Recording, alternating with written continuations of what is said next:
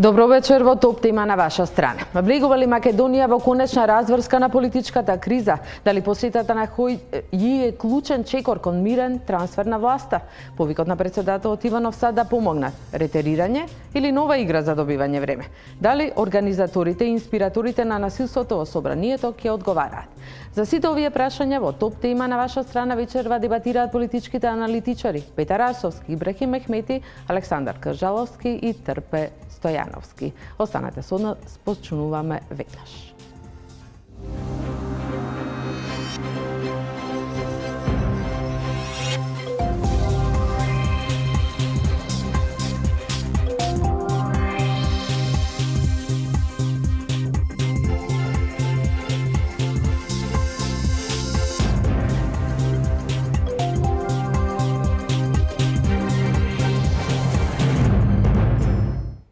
Крај на тензиите и изобриените страсти со почеток на трансфер на власта или продолжување на политичката агонија. Го умекна ли председателот Иванов средбата со Хојти за да му го даде мандатот на Зоран Заев да формира влада во мај? По бруталното насилство во собранието, кој се треба да одговара? За овие дилеми вечерва дебатираме со моите гости, политичките аналитичари Петар Арсовски, Ибрахим Мехмети, Александар Кржаловски и Трпе Стојановски. Добро вечер на сите. Пред малку Хојти ја даде својата изјава по сите средби овие 2 дена и беше јасен, имаше 2 поенти, апелираше да се формира нова влада. Сите дилеми и прашања кои се отворија за време на кризата да се дебатираат во собранието. Арсовски, ќе почнам од вас, можно ли е тоа? Па мислам дека е можно. Не знам со која динамика тоа може да се одвива. Мислам дека организаторите и поттикнувачите на насилствата од четвртокот сватија дека, мислам, пораката е дека ова не ги става на масата за преговори, туку де факто ги става на менито. Така што мислам дека е возможно тоа. Има повеќе поенти Хојти кои ги читаме помеѓу редови, помеѓу другото го затвара прашањето за така наречената тиранска платформа, која демек била пречка. Тој вели, знам дека имате дилеми околу програмата на новата влада, но местото за таков разговор е во собранието при составувањето на нова влада. Го затвора прашањето дали изборот на Талат Џафери е легитимен или нелегитимен. Тој со него и се сретна во една помпезна фаза, му ги отворија главните врати од собранието и така натаму. Да, имаше многу символика во самата средба и самото тоа покажа, дека го признаваат. И ја покажува баш на еден многу едноставен, прагматичен, американски начин, излезот од криза, тој вика албанската платформа не е пречка, изборот на Талат Џафери е легитимен, сега треба да се направи влада. Од прилика така и треба да се очекува развојот на настаните. Мислам дека македонската политичка криза сепак го достигна својот климакс и сега доаѓаме во некаков расплет. Кржаловски, дали вие сметате дека почнува расплет? Еве првата дилема по ова што го кажа Арсовски е кој ќе го свика собранието? Да, ја мислам дека почнува расплетот, иако точно не е јасна динамиката, бидејќи очекувам ВМРО да помени понатаму да се повикува на прекршувањето на деловникот или слично. Иако и во вчерашно интервју Трајко Велјановски најави можност за регуларно формирање на влада предводена од СДСМ со поисцрпувањето на дискусија која тие се уште смета дека се води во однос на конститутивната седница и таа точка. И иако по моје мислење прекршувањето се случува и таму, бидејќи со себапот на криза го прочитав и деловникот и таму едно од одредбите дека пратениците мора да зборуваат на темата што е точка на дневен ред. Овде слушавме се друго освен тоа што беше изборот на комисијата за избори и именувања. И во таа смисла таму беше предлогот да се договори термин за завршување на седницата, 3-4-5 дена беа спомнати, иако по сеано што се случуваше, веројатно нема никаква потреба од понатамошна расправа и дури ако има согласност да се затвори на тој начин да тоа се случи уште утре или првата можност. Вклучително и ако треба и репетиција на ова, за да ако ништо друго да се расчистат и да има признавање од ВМРО ДПМН дека е легален изборот, дека има доволно гласови, а не да има нагаѓање и шпекулации по таа основа сега. Така да верувам дека и денешните разговори на Хојти придонесуваат кон тоа да се во една брза постапка на координација на двете водечки партии да се расчисти како ќе се продолжи понатаму. иако и да се премине директно, како што видовме од поизборот. Сметате дека е можен разговор меѓу водечките, двете водечки партии, како што рековте, после тоа што... Не дека е можен, мора да се разговарат, и иако, нели, еви во петокот во оваа студија се избегнаа лидерите да се сретнат и да вие случајно бевте тука, и како сега очекувате да седнете да разговарате? Без оглед не мора лидерите да се видат, ама координација секако имаше и до сега, и мора да има и натаму, без оглед која ќе биде разврската и нова влада да се формира. Мора да има координација меѓу партиите за функционирањето на собранието и за другите работи, така да очекувам да уште утре се направи таква координација меѓупартиска и се договори така да речем мирен трансфер на власта. Морам сега да го прочитам соопштението од ВМРО ДПМН што пристигна пред малку по средбата со Хојти, откако тој замина. Во него се вели дека на средбата ВМРО ДПМН веќе истакнале оти Македонија се наоѓа во длабока политичка криза, дека многу работи претходеа на ваквата ситуација и сето тоа резултирало со влез на народ во собранието, дека ВМРО ДПМН не поддржува физичко насилство, но во исто време го осудува и политичкото насилство кое го направи СДСМ врз институциите, деловникот, законите и Уставот. Тие велат дека ова насилство на СДСМ предизвика гнев, а дополнителна провокација беше интонирањето на албанска химна во Македонското собрание и дека сето тоа заврши со нелегален обид за избор на претседател на собранието надвор од сите процедури, на веќе официјално завршена седница, без записник, надвор од деловникот, законите и Уставот, и дека овој преседан отвора лоша можност за незаконски начин да се повтори ваква процедура и да стане пракса. На крајот од соопштението на средбата со Хојти од страна на ВМРО ДПМН беше посочено дека најдобар и најбрз начин да се излезе од политичката криза е спроведување предвремени парламентарни избори со редовните локални избори. Како го толкувате ова соопштение на ВМРО? Не е ништо ново. Ова се повторуваше веќе повеќе пати и мислам дека е нелогично дури она што се тврди. Прво не беше интонирана албанска химна, некој еден пратеник испее една строфа, да речеме, интонирање значи дека парламентот пуштил касети или нешто такво. Да, официјално. Тоа би значило. Дека новата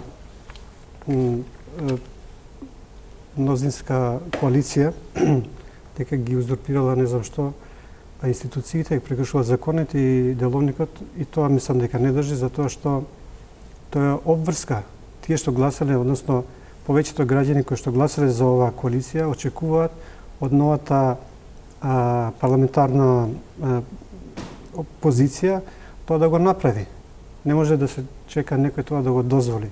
Тоа се подразбира дека тие што имаат мнозинство и според Уставот, нели, тие треба да ги формираат овие органи кои што се неопходни и кои што веќе 4 месеци фалат. Имаме вакуум во функционирањето на државата. Гледаме дека без изборот на претседател на собрание не може да се распишат ни локални избори, што е голема тема. Така да ова е повеќе би рекол обид да се испрат рацете од она што се случи четвртокот вечерта. И ова дека народот бил револтиран, тоа мислам дека воопшто не држи. Ние видовме таму дека имаше не толку голема група на луѓе кои што беа револтирани, а тие стотина јуришници не мислам дека го представуваат народот, кој што и ние го представуваме така, и ние сме гласали, другите сите милиони колку таму гласа, и не може 100 или 1000 луѓе да ја препишат на себе таа легитимност, они да одлучуваат кого му ќе дозвола да ја формира власта, и дури имаше една тотално нелогична дефиниција или изјава од овие протести дека нема да дозволиме некој насилно да влезе во парламентот. Мислам, тоа е апсурд на пратениците, значи нема да им дозволат насилно да влезат во парламентот. И тоа говори дека ова е обид за повлекување од она што се случи да, и избегнување на одговорноста. Да, лидерот на ВМРО ДПМН, челниците на ВМРО ДПМН цело време го повикува народот да спречи народот, имајќи полиција, например, доколку смета, тие го повикува. Ма зашто доаѓаат овие луѓе од Америка, од Европа? Гледаат што се случува. Дури и поддржувачите на ВМРО ДПМН, традиционалните овие десничарски партии, они се откажуваат од нив и цело време кажуваат дека ова не е добро да се прави, дека тоа не води никаде. Води кон пропаст на државата. Ние гледаме дека веќе имаме подривање на она што се случи, не е само тоа што го видовме туку, и она што не го видовме, а тоа е дека функционирањето на државата е под знак на прашање. Полицијата е поделена, што е недозволиво во една држава, уште повеќе европска и држава која што претендира да биде членка на Европска унија. Господин Стојановски, овде се вели дека СДСМ го предизвикало гневот на народот. Слушаме од господинот Мехмети дека спомена, бевме сведоци на практично 2 полиции во државата. Како тоа го коментирате? Значи, се приконувам кон оценките дека, особено денешната посета на американскиот функционер, делува стабилизирачки, или барем такви се пораките кои што стигнуваат и така ги перцепираме. И е многу важно ако таа тенденција продолжи и понатаму. Во четвртокот видовме состојби кои што не требаше да се случат, за жал се случија.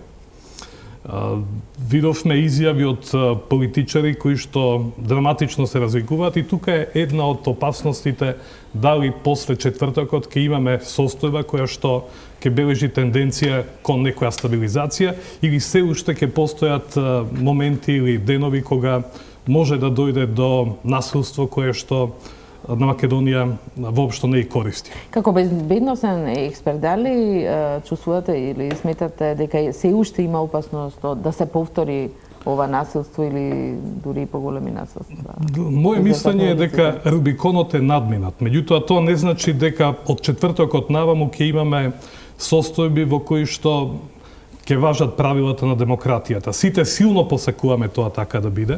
Им праќаме порака на политичките лидери кои што имаат силно влијание помеѓу масите, да влијаат разумно и решението да се остварува во парламентот. Мнозинството не е спорно, тоа постои. И мислам дека тоа е клучниот проблем кој што треба да делува релаксирачки во однос на сите чекори кои што понатаму треба да се преземаат.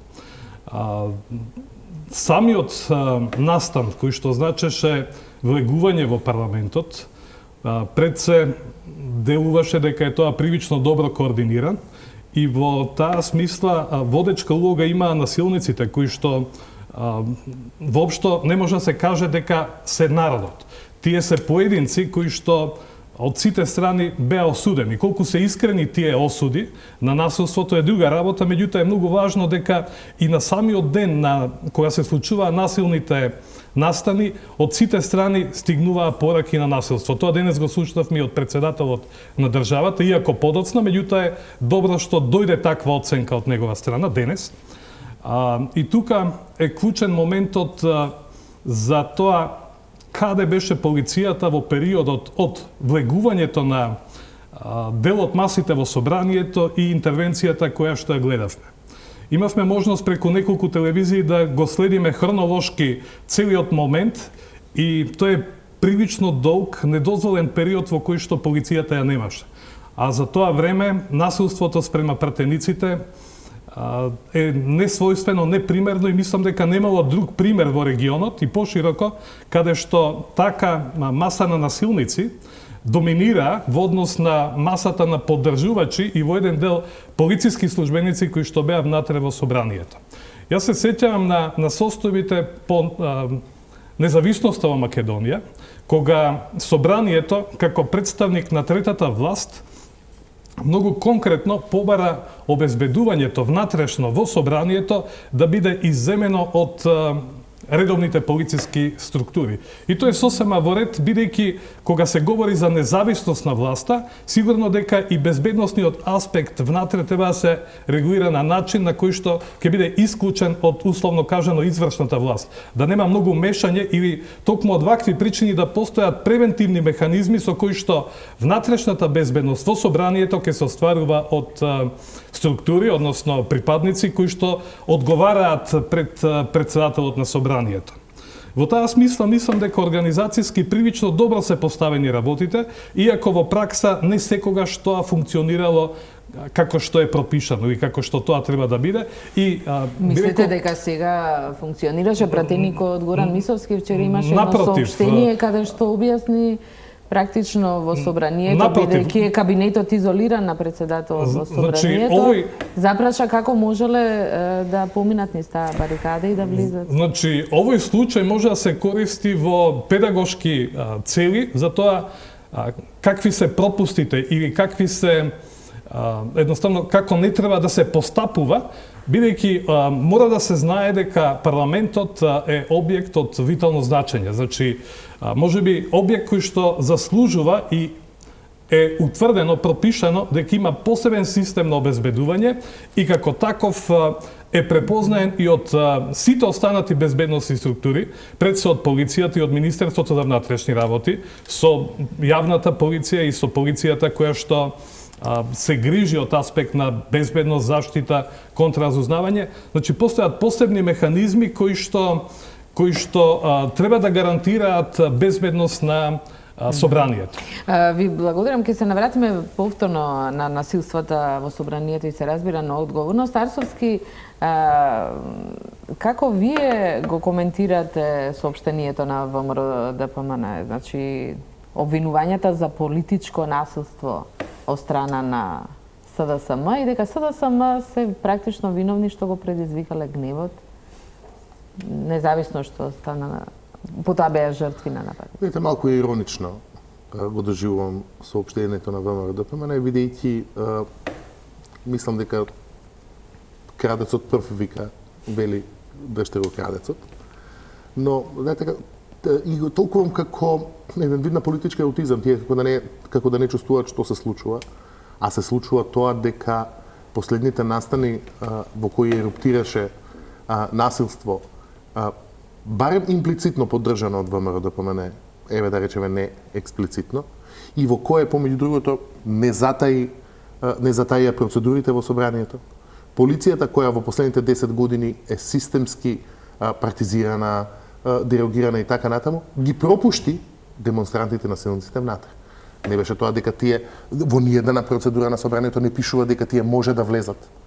Туку полицијата ја видовме на снимки, за среќа живееме во 21 век каде секој со мобилен телефон е новинар, ги видовме како ги игнорираат насилниците со качулки, некои со нив и се поздравуваат со нив и се гушкаат на министри им бацуваат раце и така натаму. Така што во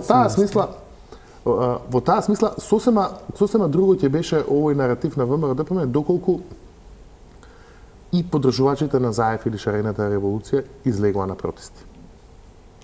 Сега бидејќи тоа не се случи, што мислам дека е смирувачка тенденција, ви имате два чисти наратива. Едниот на тепачите и едниот на тепаните. Што и да кажат тепачите не може да бидат симпатични.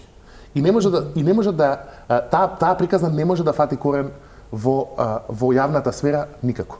И во таа смисла ова соопштение е, мислам, повеќе купување време чекајќи Брајан Хојти да замине, бидејќи се развива постои опасност дека тие ќе ретирираат на претходните позиции и Иванов и Груевски и така натаму, дека ќе ретирираат на претходните непопустливи позиции во моментот кога Брајан Хојти се качи на авион. Така што мислам дека е тоа повеќе купување време и одбивање некаква динајал фаза да се соочат со реалноста, одошто некаква посериозна политичка порака. Дали вие се согласувате дека е ова еден политички аутизам за одбивање време или најава можеби на нешто друго? Кржаловски. И тоа ние видовме дека во овој период гледавме дека и бившиот премиер кој што нели одбиваше да гостува по емисија, сега одеднаш додека е вас така. Председателот немаше време да го прими високиот представник на Европска унија, се одеднаш имаше време за Хојти. и други чекори што говорат дека они сваќаат дека не можат, нема енергија за да го истерат до крај тоа што го почна и сега полека сакаат да се на некој начин да го легитимираат тоа и кај пошироката јавност, не само кај своите поддржувачи. Бидејќи кај своите поддржувачи очигледно дека нема дилеми, све функционира. Видовме екстремот онаа вечер, меѓутоа мислам дека им е јасно дека тоа не може така. И самите тие луѓе мислам дека што беа тие така наречените обични граѓани, значи не јуришниците, обични граѓани кои што таму одеа за раце ги видов некои мажи жени одат у парламент, а не се свесни дека поддржуваат уривање на системот. Верувам дека и они самите сватиле дека ова не е добро, дека не може да заврши добро и претпоставам дека тоа е причината за ова купување време, како што кажа колегата. И на тој начин да се вратат во да, што ќе добијат купувајќи време. Што ќе добија? Да. Па мислам дека Каде би водело тоа? Каде би водело, мислам дека сака да се врати во нормала на некој начин, ако може да се говори за нормала. Јас не знам како ова ќе заврши. Они треба сега се обидуваат да го исчистат образот, дека не попуштаат, туку дека ете, ама не знам како ќе најдат начин да се вратат у некои нормални токови. Ние го видовме пратеникот Владко Ѓурчев, кој што се однесуваше нормално како што би требало се однесе секој нормален човек во парламентот. Утре дента даде изјава. Да, ги практично ги читаше овие ставови, оти не се признава изборот. Да, но може би само перцепција, но не беше тој исти Владко Ѓурчев енергичниот кој што ги застапуваше партиските ставови, туку беше така малце као потиштен. Се надевам дека проработила совеста не само кај него, дека и кај другите, дека ова што се направи таа вечер и не само таа вечер, дека води кон уништување на основите на државата. Ако може. Да. Една работа малку различна. Мислам дека ова соопштение повеќе кон своите поддржувачи, пошто мислам дека после четврток другите се дефинитивно изгубени. Ама сега мислам дека повеќе ќе се прашалници ќе има кај поддржувачите, вклучително тие што излегува на протести. Утре пак закажа протест, баш да видиме колку ќе се појават на протестите, бидејќи точно некои луѓе таму кои влегоа како по дома што се вика свечен момент, ама после се зачудени беа од сето тоа што се случуваше. Макар што не треба да се игнорира дека имаше и поддршка за насилството. Ама сега прашање на пример со тие што се приведени 15-тина или против 15 се води постапка некоја, кои и особено тие што тепале таму, значи тие очекуваат дека тие ќе бидат хероите на претпоставувам, а сега уште истата вечер доживеа да во ова студија нели да се каже против насилство, дека нема место за насилство и дека насилството не е решение. И сега тие ќе се сопрви со прашалниците што правевме и зошто го направивме тоа, може и затвор да се лежи за насилството во собранието, со идеја дека правеле нека поголема цел, дали за партијата, дали за државата, се едно. И ја мислам дека ова соопштение повеќе за консолидација на собствените редови.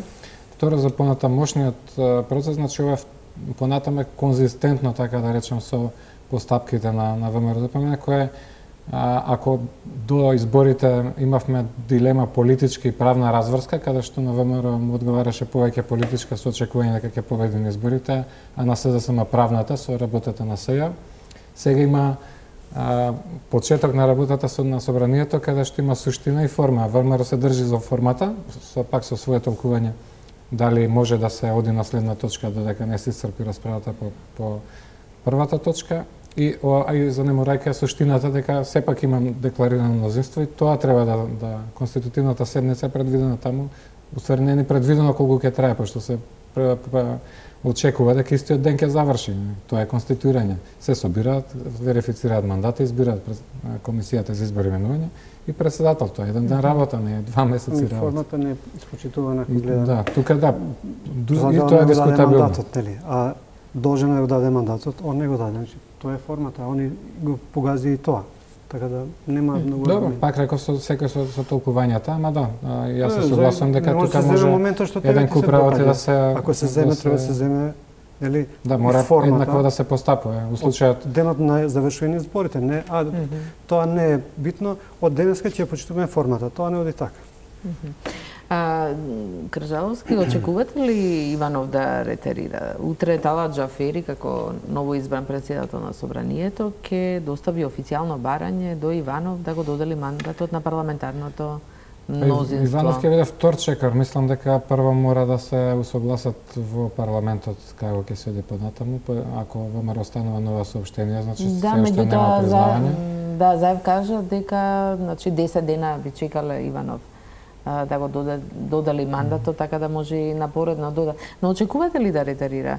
Соопштението, верувам, го видовте денеска, меѓу другото, тој побара помош од Соединетите американски држави. Ја доживав многу различно од претходните соопштенија, во таа смисла пак се сомневам, иако можеби бидејќи истата програма беше поднесена и претходно кога го одби, и не верувам дека Заев ќе поднесе нешто друго сега и дека не знам какви гаранции може да даде. Да, меѓутоа еве ќе прочитам 3 изјави од председателот Ѓорѓе Иванов. Првата е на 1 март, каде што во обраќањето вели: штом се воздржа од осудување на платформата што ја загрозува сувереноста и унитарноста на Република Македонија, сега меѓународната заедница треба исто така да се воздржи од наметнување решенија кои би биле спротивно со државните интереси. На 27 април вели: никој друг однадвор нема да ни ги реши проблемите ако ние сами не ги решиме во согласност со државните интереси. Соопштението денеска, посредбата со Хојти, македонскиот председател побара од САД, како стратешки партнери на Република Македонија, да помогнат пречките да се отстранат и да се овозможи парламентарното мнозинство да го добие мандатот. Се уште сметате дека нема да ретерира? Нема да се изненадам ако утре толкувањето биде да се помогне да се вразуми СДСМ да се откаже од платформата. Јас се би си дозел малку поинакво толкување. Знаете, како во оваа смисла Иванов е политички насилник.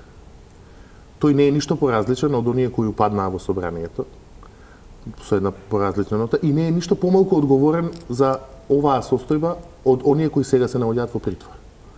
Тој во манирот на класичен политички насилник постапува како и секој насилник, кога ќе се соочи со некој посилен од себе, уредно се претвара во пудлица, односно во маче. И мислам дека во таа смисла треба да се очекува понатамошниот развој на настанете.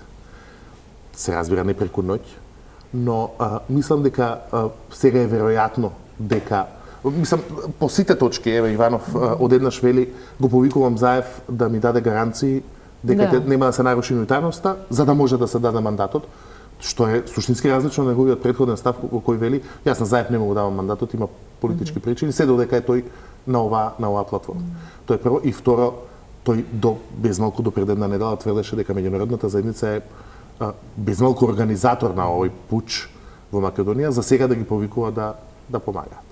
Прашање е, се согласувам, дали тоа ќе остане така и кога Хојти ќе се качи на авион или ќе продолжиме во манирот претходен? Да, меѓутоа тоа со гаранциите можеби пак е вовед во уште едно пролонгирање. Макар што самиот Зоран Заев во ова студио во петокот кажа, ама повеќе некако отворена понуда, на крајот на краиштата ќе отидеме и на средба кај Иванов и ќе му кажеме дека ја гарантираме унитарноста на државата. Па не само тие, може и Соединетите американски држави, имајќи го предвид стратешкото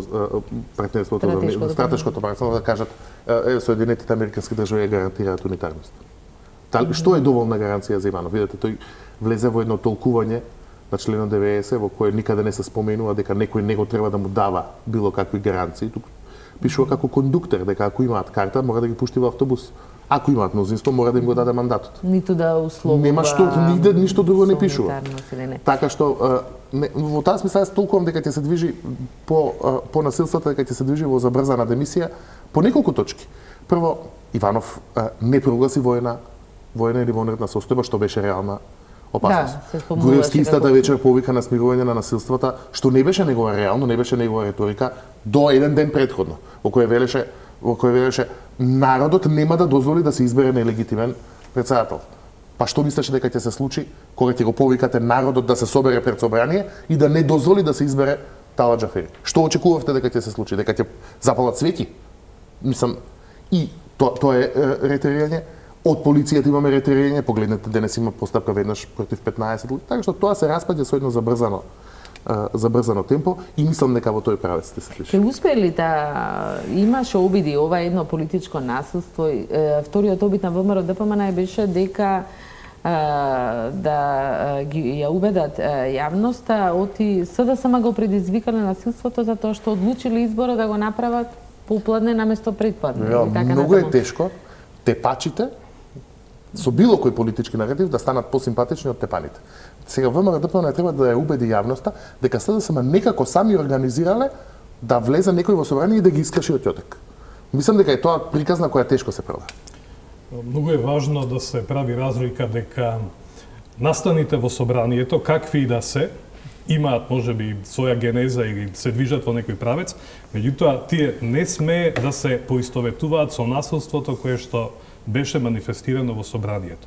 Значи станува збор за физичко насилство, насилство кое што е непримерно да се случува и на други јавни места, а не во собрание, каде што постојат пратеници, луѓе кои што ги избира народот, луѓе кои што имаат имунитет и на таков начин да бидат напаѓани, да биде загрозувана нивната безбедност, нивниот живот и на тој начин да се постапува со еден дел од пратениците.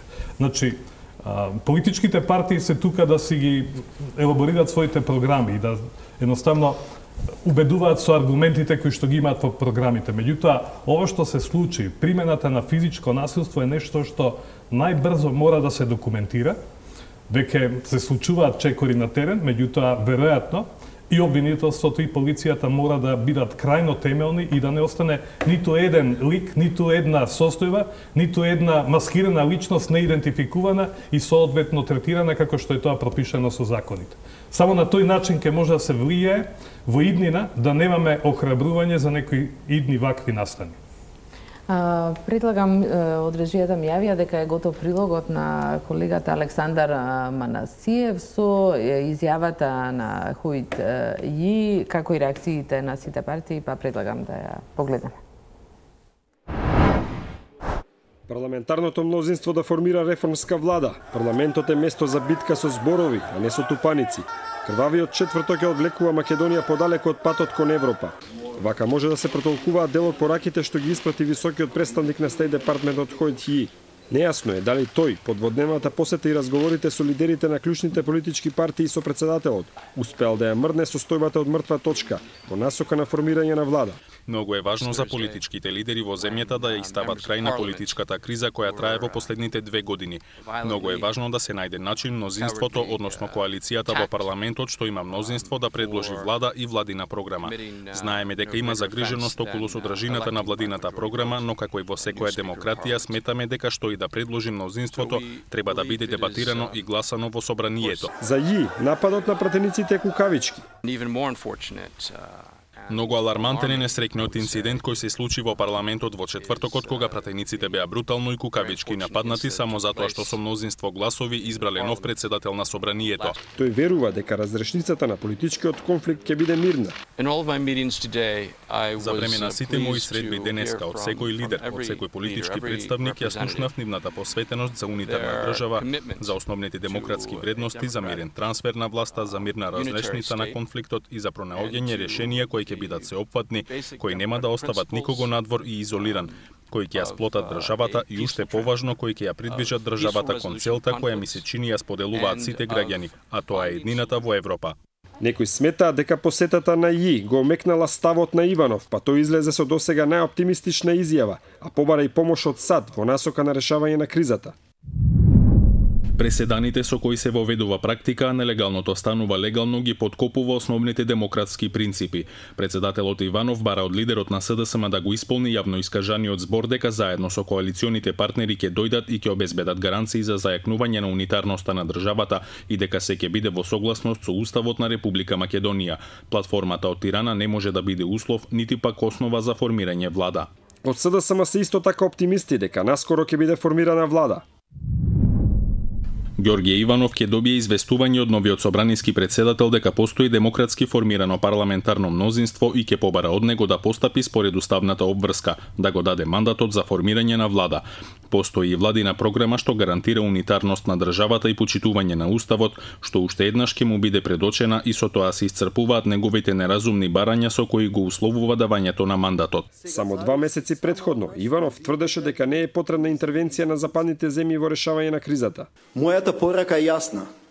Штом се воздржа од осудување на платформата што ја загрозува сувереноста и унитарноста на државата Република Македонија, сега меѓународната заедница треба исто така да се воздржи и од наметнување решенија кои би биле во спротивност со државните интереси на Република Македонија. И по крвавиот четврток тој остана на истиот став, дека никој однадвор нема да ни ги реши проблемите. Никој друг однадвор нема да ни ги реши проблемите, ако самите ние не ги решиме, во согласност со државните интереси на Република Македонија. Сепак, посредбата со ЈИ и со барањето на помош од САД, се чини дека Иванов омекнал, тврдејќи дека политичките пречки за определување на мандат за состав на влада се надминливи.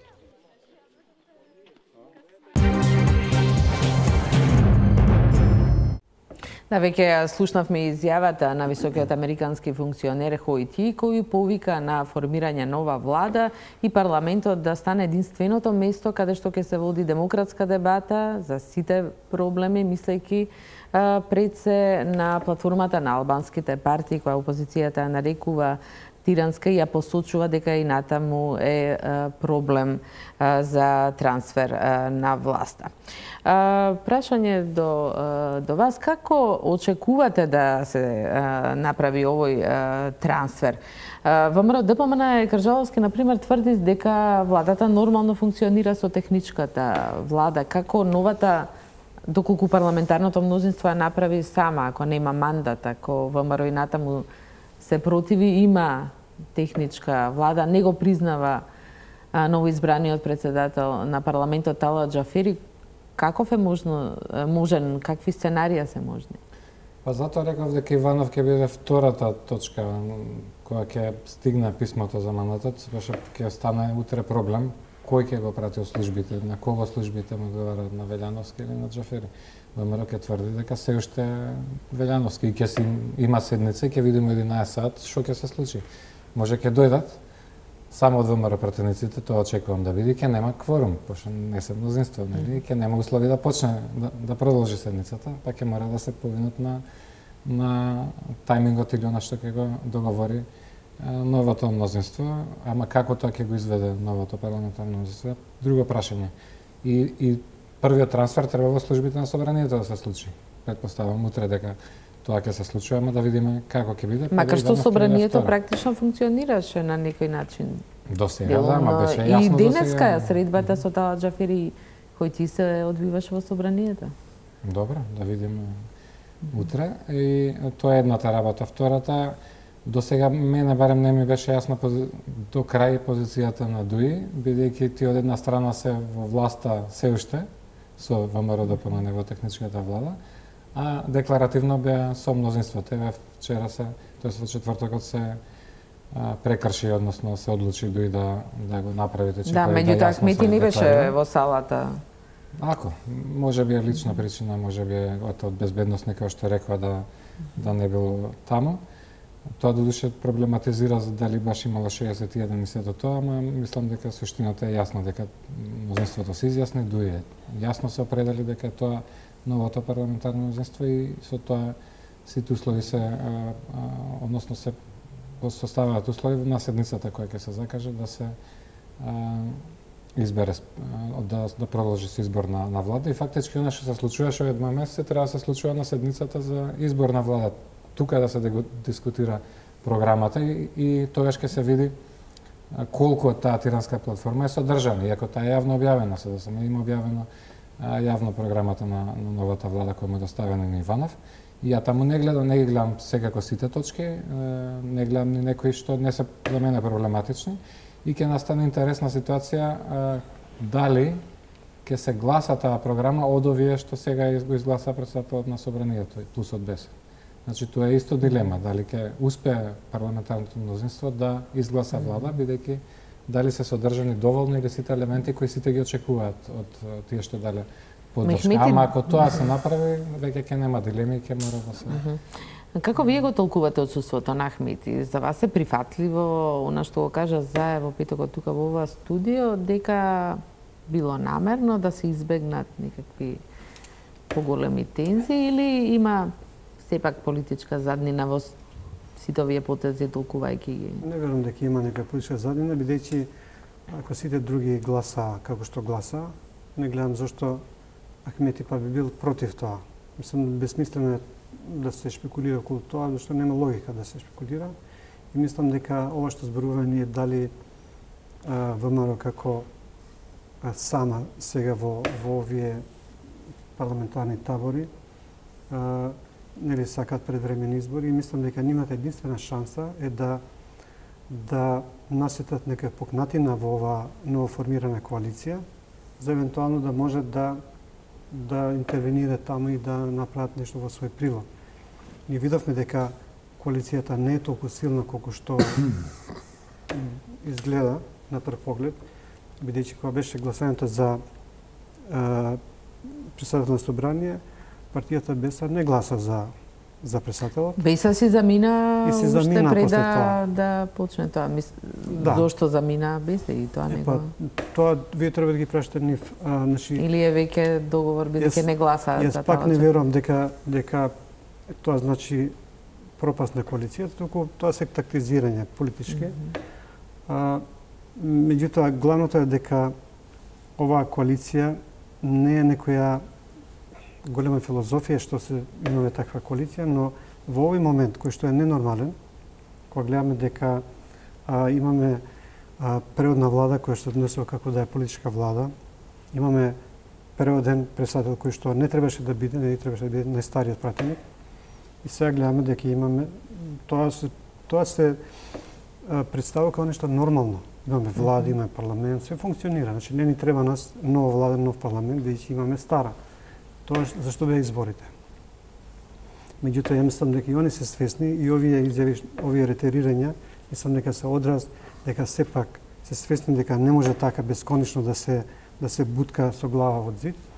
Но единственото нешто што мене ми паѓа на памет е они да се обидат да најдат некоја покнатина во оваа коалиција.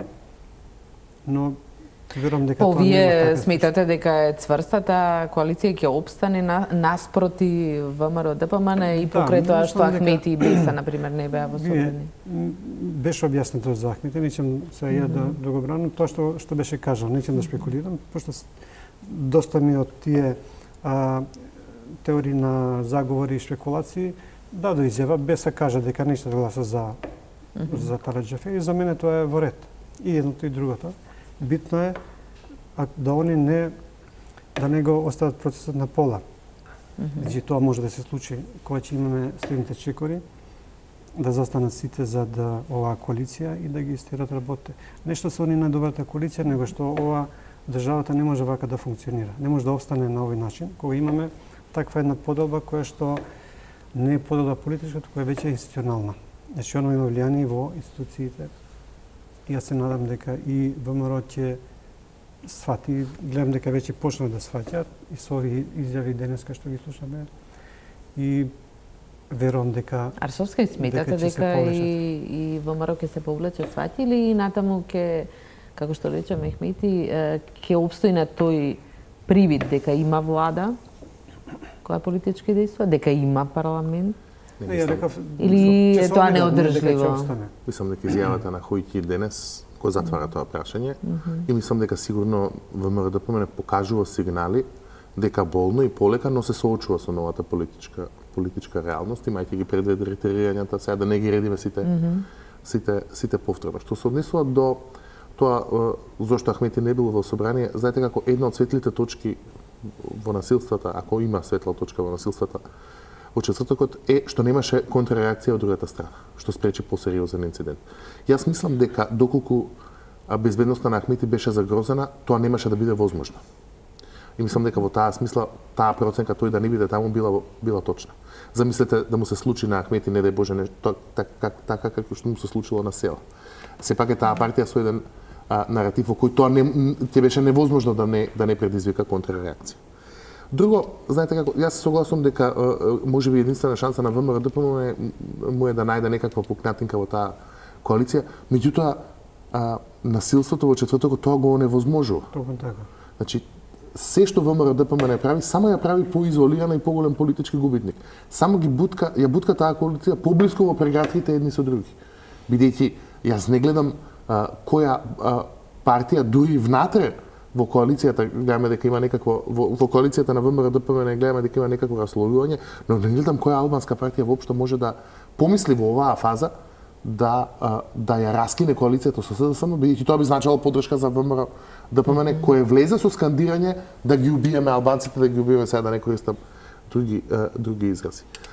Така што мислам дека тоа само ја засилува таа коалиција, што се однесува до Бесат, ја јавно изјавија дека бидејќи не биле консултирани за изборот на Талџа Фери но дека нивните потписи или нивната поддршка за владата останува. Јас очекувам да останат на тој став и не гледам дека тоа ќе се смени или ќе се проблематизира при изборот на новата влада. По бруталните насилства во собранието приведени беа викендот 15 напаѓачи, 4 се притворени, 1 е вработен на УБК. Предлагам сега да го видиме прилогот на мојот колега Миомир Серафиновиќ за акциите што беа преземени овој викенд. Пред повеќе од 2 години бил автолимар во Скопски сервис за Мерцедес. Потоа е вработен директно во 5-та управа на УБК. Во четврток беснел во собранието, додека синоќа судот му одреди домашен притвор. 45 годишен скопјанец вработен во УБК е единствениот кому синоќа судот му одреди домашен притвор, додека 4 приведени добија 8-дневен притвор во Шуторизари. Останатите двајца кои синоќа беа сослушани во судот останаа без пасоши затоа што судијата на претходна постапка им одредил мерка на предпазливост. Од обвинителството потврдија дека е уапсено уште едно, 8 лице осомничено за учество во толпа која ќе оневозможи службени лица во вршењето на својата должност. Останатите 7 се недостапни за полицијата, а од обвинителството вела дека продолжуваат со истрагата за целосно разоткривање на идентитетот на насилниците. Вработениот во УБК е дел од групата која според пријавата на МВР заеднички со употреба на физичка сила и закани сториле насилства спрема луѓе и оштетиле имот. Нападнале 3 полицајци од собраниското обезбедување, а потоа во прес-салата извршиле и напад врз повеќе пратеници, меѓу кои партиските лидери Заев и Села. Притворениот инспектор од УБК бил дел од групата.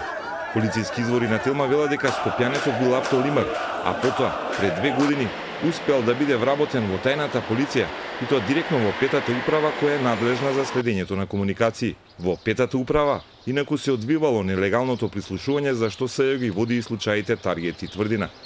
Покрај притворениот во толпата која упадна во собранието, имало и други негови колеги од 5-та управа, но најголем дел од нив останал пред собраниската зграда, од каде следеле што се случувало, велат изворите на Телма. СДСМ вчера обвини дека во толпата и меѓу напаѓачите имало и подполковник на АРМ, полициски инспектор, разузнавач и тие безбедносни агенти биле измешани со осудени убијци, рекетари, дилери на дрога и насилници. Од МВР за сега немаат повеќе информации колку нивни вработени учествувале во крвавите инциденти, а министрот Агим Нухију изјави дека е почната постапка и во натрешната контрола. Тоа беше прилогот на Миомир Серафиновиќ. Господине Стојановски, како вам ви звучат овие податоци? Кои се тие луѓе кои се вработувани изминативе години во МВР и како му дојде до тоа во собранието практично да гледаме 2 паралелни полициски структури? Значи, клучно прашање е дека за безбедноста во собранието е надлежна службата за безбедност која што функционира внатре во собранието и одговорна пред институциите на собранието и секако за надворешната безбедност и воопшто за безбедноста на собранието Министерството за внатрешни работи и соодветните агенции. Во таа смисла имавме можност да го слушнеме говорот на министерот за внатрешни работи уште истиот ден кој што укажа на слабостите при полициската интервенција и дополнително го слушнавме настапот на директорот на Бирото за јавна безбедност, која што по дефиниција е институција, односно структура во МВР која што е задолжена за сите полициски активности, односно операции. Важно е да се знае кога има голем собир на граѓани, дека и кога станува збор за евентуална употреба на посебните полициски структури, како што е специјалната единица на полиција, посебните единици и така натаму, дека нивното активирање подлежи на согласност, односно наредба од директорот, односно од министерот. Во таа смисла има многу активности кои што претходно на терен во условно кажано од министерот, односно директорот, министерот Нухију рече дека со директорот на јавна безбедност Чавков воопшто не биле во комуникација. Значи тоа се моменти кои што говорат за одредени проблеми или за скршена структура во организацијата, која што однапред упатува на лоша реализација и на многу бројни ризици, видливи и невидливи ризици. Значи, еден од концептите или принципите по кои што работи полицијата е единство во постапувањето. И ако тој принцип е нарушен, веќе имате сериозни проблеми кои што само ќе се мултиплицираат понатаму. Како може тоа? Тоа го видовме практично насилствата во собранието, тоа така. Значи, проблемот кај нас е прилично едноставен. Секоја политичка структура која ќе дојде на власт, најголем интерес на победникот е да го има под своја контрола Министерството за внатрешни работи. И тоа во добар дел гледаме зошто е тоа така. Значи, тоа во прашање се информациите, базите на податоци, надлежноста што ја има Министерството, односно полицијата и на крајот не и последно по важност е присилата, легитимната присила што има таа институција. Од друга страна, сведоци сме уште од самиот почеток на осамостојувањето и наваму, дека во Министерството се случуваат, во зависност од тоа која политичка структура е на власт, има желба и некаде тие се поограничени, некаде доминантни се операциите за вработување на своји службеници. Значи, без оглед што постојат и критериуми за прием во Министерството за внатрешни работи, сепак административно можно е многу од тие критериуми да бидат заобиколени. И сега всушност ја плаќаме цената на партизацијата која што се случувала во континуитет и особено во последните години. И кога имате полициски службеници кои што имаат моќ, кои што имаат овластување, а од друга страна сериозно се прашувате, не го препознавате интегритетот со кој што тие овластувања треба да се применуваат, тука веќе постои сериозна грижа и едноставно може да тргнеме од секој од нас колку се чувствуваме безбедни кога имаме полиција во која што имаме Дали тоа значи дека може полицијата повторно да биде злоупотребена, нели, апелирајќи дека предстои трансфер на власта, ако еднашка веќе полициски структури, не целата полиција се разбира е злоупотребена? Полицијата и Министерството за внатрешни работи се комплексна организација. И ние денес говориме за прекршување на законот, односно за пропусти, конкретно во оваа интервенција, меѓутоа тие пропусти може да ги анализираме и во некоја поширока смисла, бидејќи многу од тие пропусти се случувале покрај нас, а не било реагирано. Земете ги, например, измените кои што се случува во законот. Значи, бевме сведоци на драматични промени, особено во делот на акумулирање на надлежности во министерот или во еден период од министерот спуштени кон директорите на службите во МВР. Значи, веројатно, кај некои од политичките партии постоела проценка зошто тоа треба да се направи. Меѓутоа, вакви драматични промени оставаат влијание кај самата организација, бидејќи полицијата и Министерството не се структури кои што може да поднесуваат промени, вклучително и законски промени на дневна основа, ако тие не бидат подготвени. И уште полошо, ако тие промени се калкулирани заради некакви други интереси.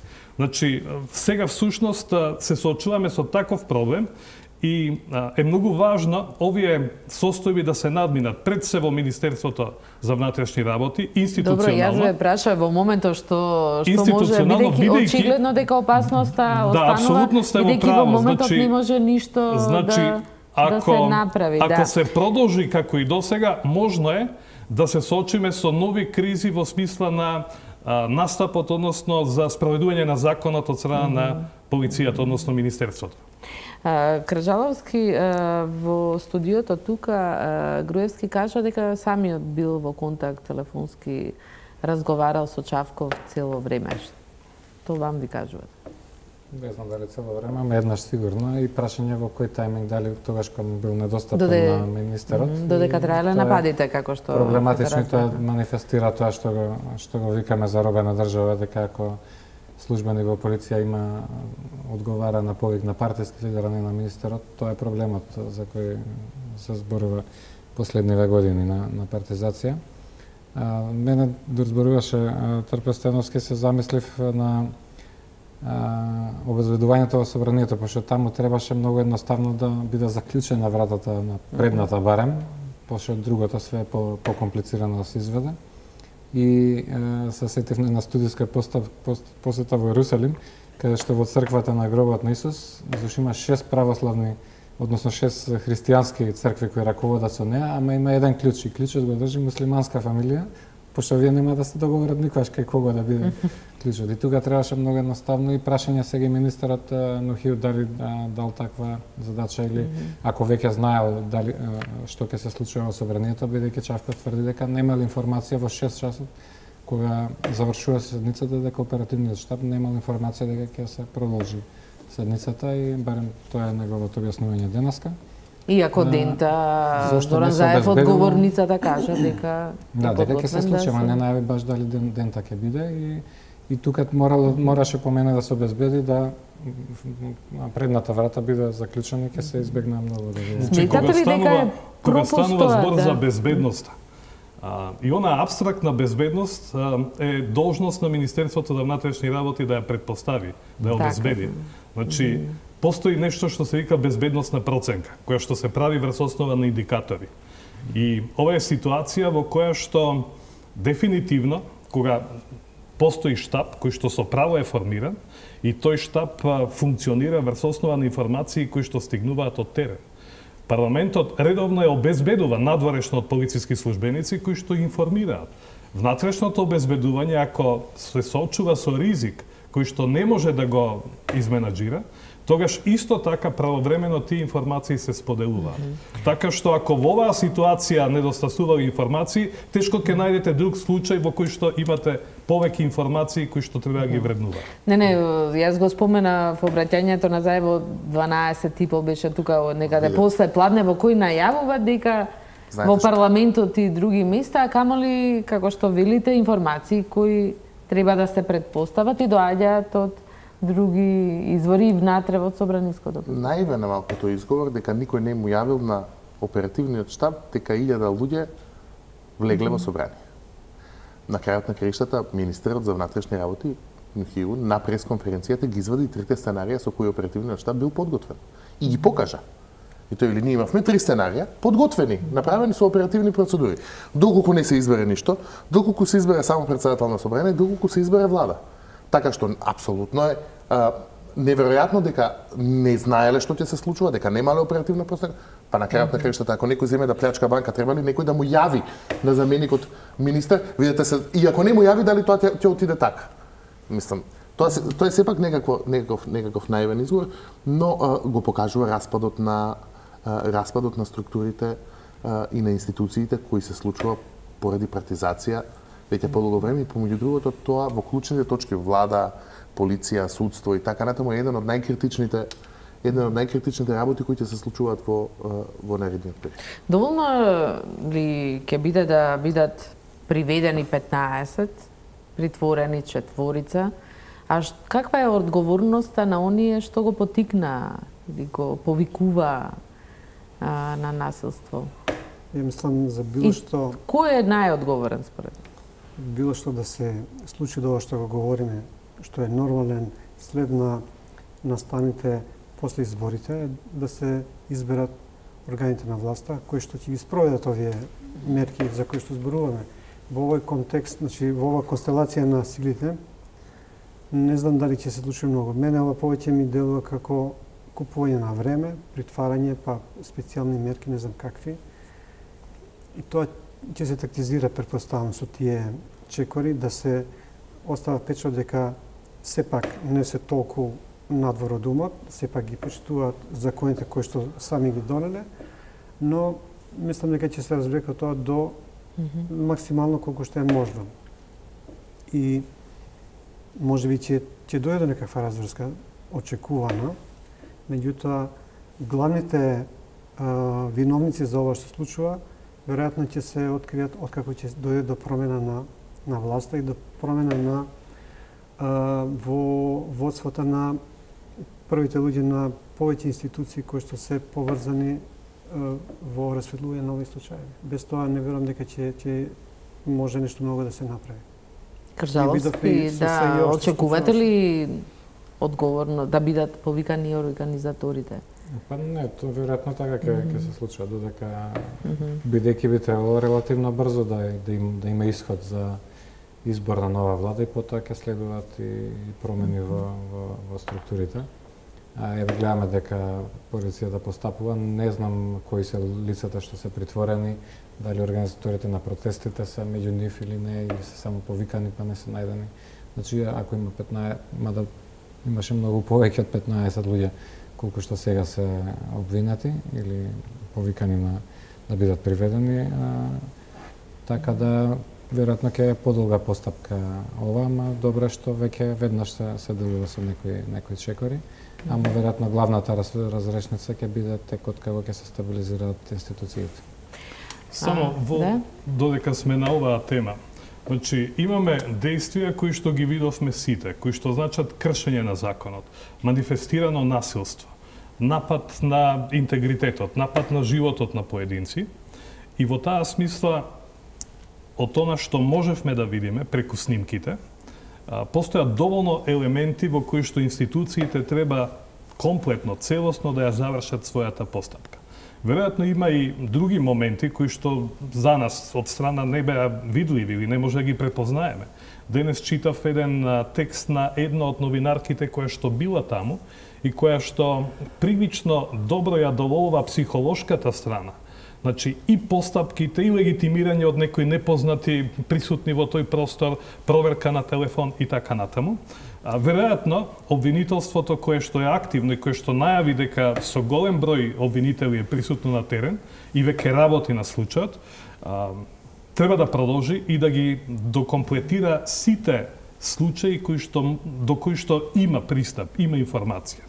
Веројатно во тој дел полицијата треба си го одработи својот дел, и тоа е начин на кој што ќе се покаже дека секое насилство е казниво. И тоа казниво согласно со законот. Меѓутоа, бидејќи живееме во моментот каде што неказнивоста владе, вие велите што треба, да поминевме на видеоблогот. Читавме дека некои од насилниците се повеќекратни повторувачи, рецидивисти. И тој момент дефинитивно мора да биде обележан како отежителна околност при изрекување на казните. Кусо Арсовски, велите, очекувате ли организаторите, инспираторите на насилствата да одговараат пред правдата? Јас мислам дека додека техничката влада е на сила, дека тоа ќе биде повторно некаква фасада во која ќе имаат укори и така натаму и така натаму. Но не е нешто драматично. Мислам дека по промената на власт ќе дојде реалното расчистување на теренот и мислам дека таму не знаеме што се ќе се отвори и не знаеме до каде се ќе дојде истрагата, кои биле вистинските. Секако дека има елементи, има доволно докази за повеќе од овие 15 кои треба да бидат процесуирани веднаш, тоа не е спорно. Но мислам дека малку треба да се гледа поголемата слика, а тоа е дека Рубиконот е пререден и дека врвот на кризата е надминат и дека сега тоа оди во веќе релативно утабана стаза. Изјавата на Хојти тоа го покажува. Во моментот, за мене аналитички најинтересно е де факто што ќе се случува со однесувањето на ДУИ во новата влада и што ќе се случува во самото ВМРО-ДПМН по промената. Да го оставиме тоа, да направиме една пауза со реклами, а поне и да го видиме видеоблогот што граѓаните мислат дали ќе има нова влада во мај и ќе заврши кризата или не.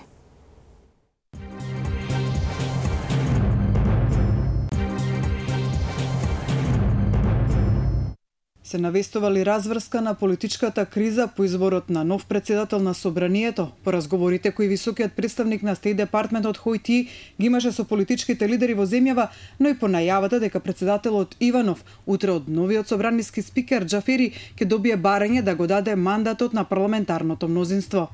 На прашањето на топ тема на ваша страна дали ова ќе значи разврска и наскоро ќе се формира нова влада, добивме повеќе одговори, издвојуваме некои од нив. За Сашо Мержановски разврската е достигна кулминацијата и нецивилизираниот однос во Собранието ја потврди незината слабост и стравот од предавање на власт.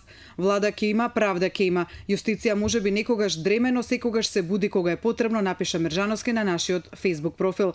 На прашањето само кратко да, како одговор добивме од Златко Андонов и Гоца Стојковска, а Бујар Исмани смета дека мора да има нова влада, инаку ќе биде катастрофа. Тој напиша: "Се брукавме и цел свет ни се смее." Лутвија Зизи пак е настав дека ќе има влада со најдобриот премиер Зоран Заев. Зендел Мехмети Зико пак смета дека сигурно ќе има влада, но и дека злосторниците треба да се изведат пред лицето на правдата. Имаше и поинакви одговори од овие. Ставот на твитерџијата Ацо Меракот е дека удбашко-балистичка влада без даден мандат од председателот е неуставна и тоа ќе биде ново предавство од страна на Заев.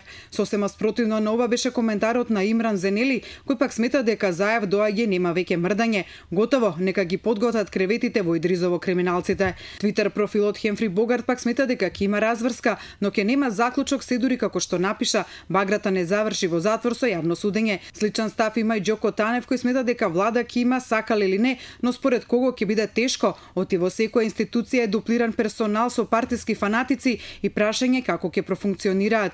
Твитерџијата Гус Фринке настав дека по ново избраниот председател на Собрание ќе следува и председател на влада со констатација дека промените доаѓаат, никој тоа не може да го запре.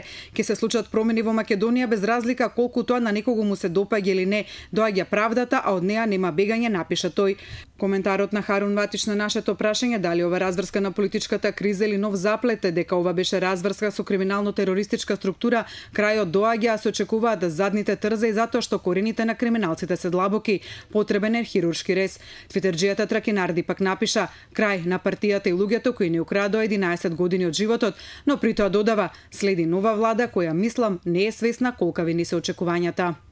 Сања од коментарите за тоа што ќе следи на политичката сцена во Македонија, може да заклучиме дека страстите се уште не се смирени, но оти сите очекуваат некаква разврска и придвижување на работите.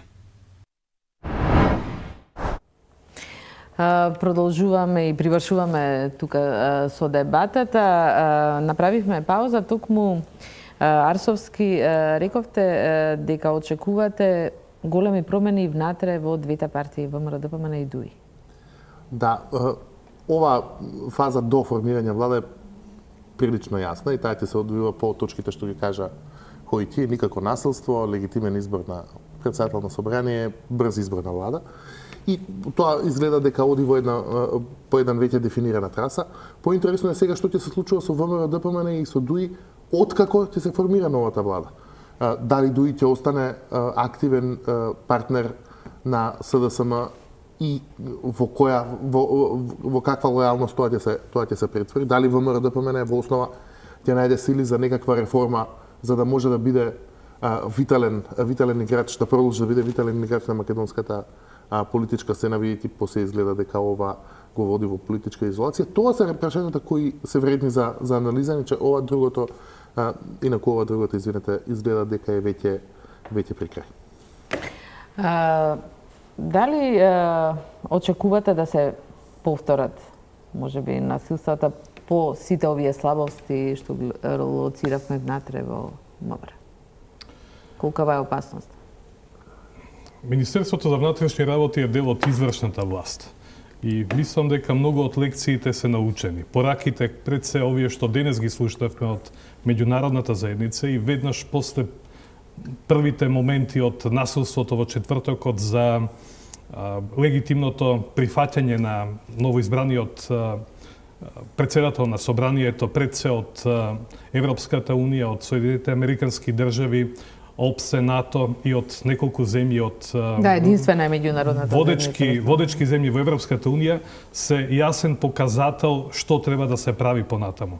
Проблемите кои што се акумулирани чекаат на решавање. Дополнително насилство не е исклучено, меѓутоа дополнително тоа ќе не држи во подрумот, во калта и што побрзо враќање кон реалните проблеми е нешто што и треба на Македонија. Мехмети, губењето на власта многу често води во национализам како последна сламка за која може да се фати една власт во заминување. Има ли опасност од меѓуетнички судир? Па мислам дека сега имаме една нова ситуација за разлика од претходниот период, повеќе годишен, каде што СДСМ и ЗАЕВ успеа да направат, да ги премостат овие, да речеме, поделби и веќе имаме една нова ситуација каде што еден дел од албанците и македонците соработуваат и комуницираат. И мислам дека ова е као некој амортизер на овие, се уште постојат овие тенденции за користење на етничките теми за политички профит, меѓутоа веќе гледаме дека има промена. Нели имавме огромен број на албанци што гласаа за Македонска партија и тука веќе имаме нови мостови на комуникација. Се разбира дека тоа не значи дека све е поминато, она што случи минатиот четврток видовме, и не само минатиот четврток, видовме дека се уште постои потенцијал за злоупотреба.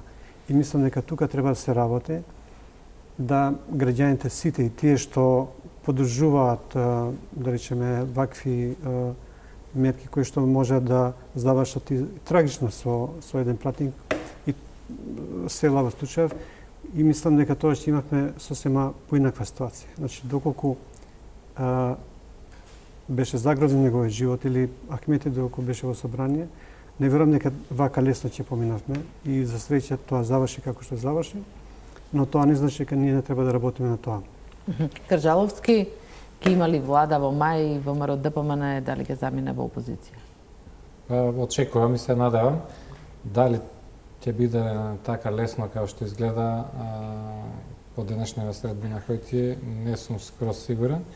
И мислам дека уште утре треба да сами во ВМРО ДПМН или нивни оперативни тимови да се состанат и да разрешат како ќе биде процедурата понатаму или ВМРО да прифати дека е легитимен изборот и да понатаму се одат по тој тек работите, или ако обстојуваат на ова соопштение што го гледам денеска, да се согласат дека е бесмислено понатаму да се тера таа точка за избори и именувања и да заврши расправата по таа, и ако треба се повтори оваа со изборот на Талат Џафери, кој ќе се случи исто така.